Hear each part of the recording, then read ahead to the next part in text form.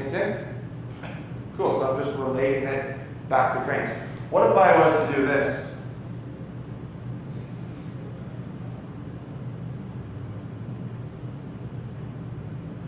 I'm going to say this is 20 feet, and this is 5 feet. What do I have here?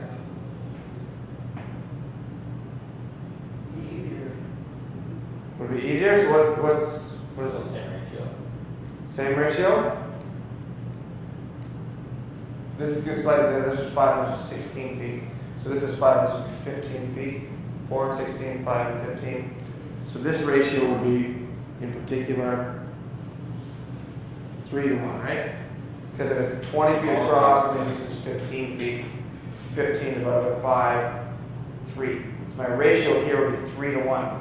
So I'm going to call this a 3 to 1 ratio. It doesn't affect it.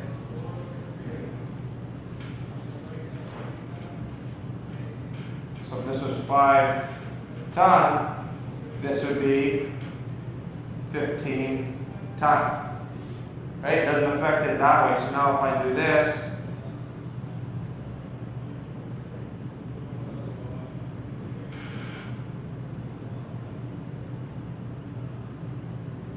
right? Here's my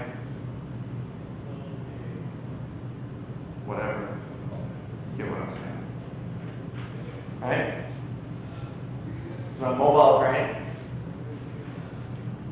From my fulcrum, from my pivot point, if I decide I have a 3 to 1 mechanical advantage, if I have 5 ton worth of counterweight, it means I have a capacity at this point of 15 ton. Okay? Cool. This pictures are slightly better than what I did before. Slightly. Easy concept, right? Just picture it as a teeter-totter. A big thing with this one is people will think this is 20 feet total and this is 5 feet. They gotta divide 20 by 5 to make it a 4 to 1. It's really one side compared to the other. It's not like we were doing mechanical balance like a snatch block. It's not like that. Because that's actually what referencing it back to like a snatch block mechanical advantage. It's different. Yeah. It's different, yeah. So this is now fulcrum. So now I'm thinking of my fulcrum and I'm comparing a ratio from each side of that fulcrum. So I bring it back to that teeter-totter. Half and half. If it's 10 feet, it's not 10 divided by 5 to make it 2 to 1. It's even. It's an even split. It's 5 divided by 5 to make it 1 to 1. Whatever my weight is here, my weight has to be here. Okay, one more mechanical advantage concept, and then we'll take a break. Remember this, Frank? A, B, C. Pythagorean theorem.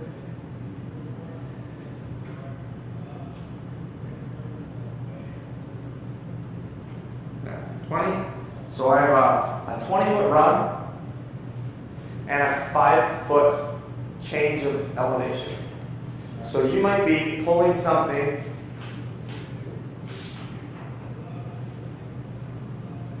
say it's 1,000 pounds, just to make it fun. Say it's 1,000 pounds. I might be pulling 1,000 pounds up a slope. And this slope is 20 feet long. And the change of elevation is 5 feet. So this is all stuff I can do. I can take my tape measure out, and I can say, okay, well, I'm going to be pulling this 20 feet.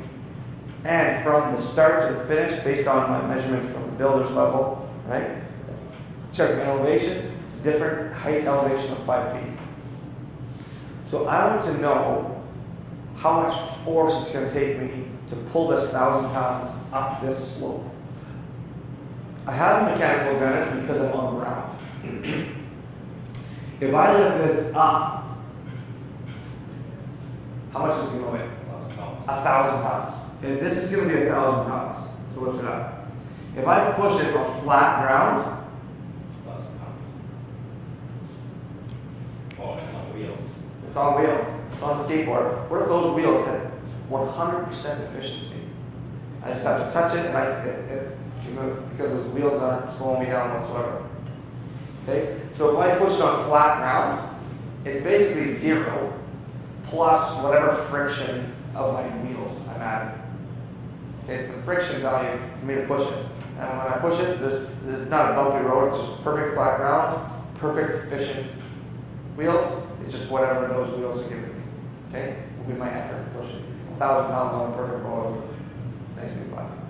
So this, I'm going to say 0, just because we're not going to talk about friction at the point, at the moment. So that means anywhere in between is going to be somewhere in between 1,000 and 0. So all I want to do is I want to be able to figure out where this is. It's less than 1,000, it's more than 0. So first I'm going to figure out my mechanical advantage. 20 divided by 5, my run divided by my rise. So 20 divided by 5 equals 4 to 1. Okay? This is a perfect exercise to do when you can talk about it. So I'm just going to say one thing for people watching the video who can't talk about it.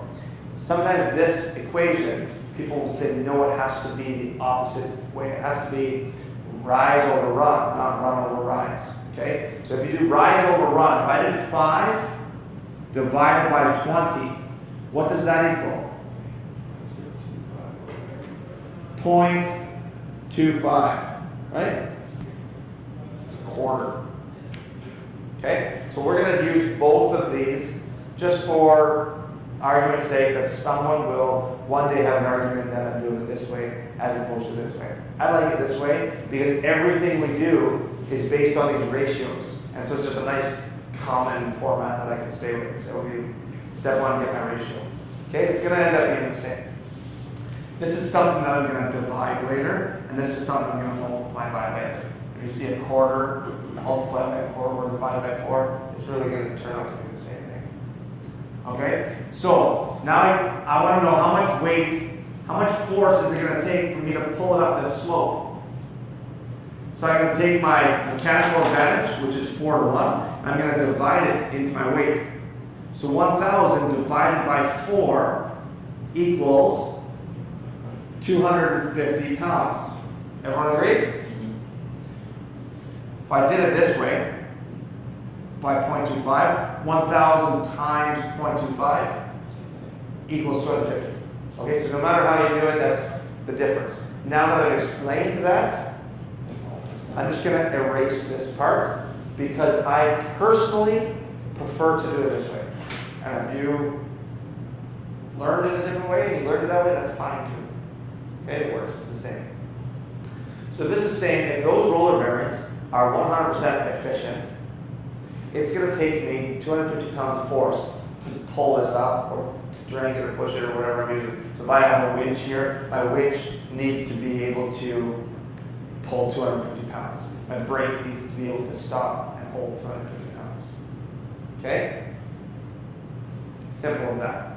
This is static. I'm going to go a little bit complex. I don't think you're going to get tested on this, but I'm just going to add it just for your own benefit. I'm going to add a friction value. So I'm going to say, okay, well, this cart is not 100% friction, or 100% efficient.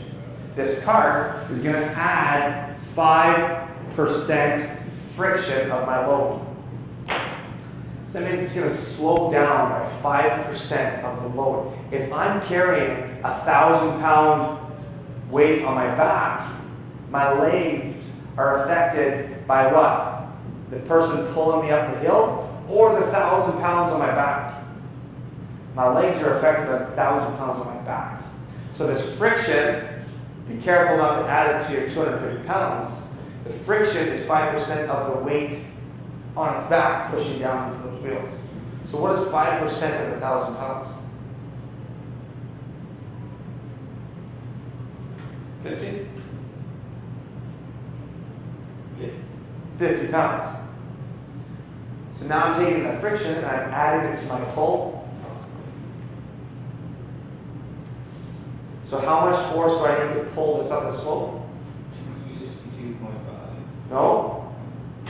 I already know how much force it does here. My static pull is 250 pounds.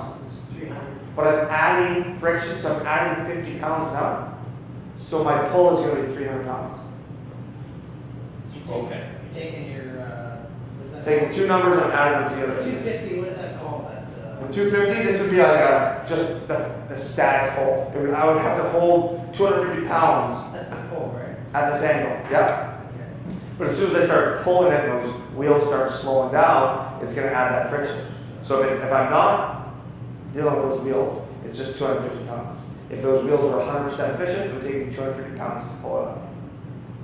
But I'm adding 5% friction of the weight. The weight is on top of these wheels, so the weight is going to slow it down 50 pounds worth. So I'm going to take that 50 pounds and add it to my pull. And so now when I'm pulling it, I'm taking that 250 pounds plus the friction, I'm pulling 300 pounds to get this thing up this hill. If my slope was 20 feet long and my elevation change was 5 feet. So this number changed, whatever it is I'm doing, this is something that I believe that you could use all the time for. I need to check for capacity of my tugger. I need to check for capacity and say, hey, I got an idea. We need to drag this down that road. It's going to take this much force. And I just need to know those two numbers.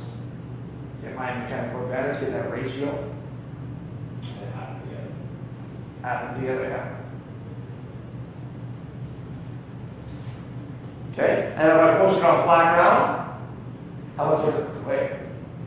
Here. Plus the friction. Let's fix it, 80 pounds. 50 pounds. So then 50 pounds of force, I can push this on a nice smooth That surface. makes more sense, yeah. That makes more sense, right? It's 1,000 pounds to lift it straight up, 50 pounds to push it on flat ground, 250 pounds to push it on this slope. Easy enough? Awesome. Let's go for a break.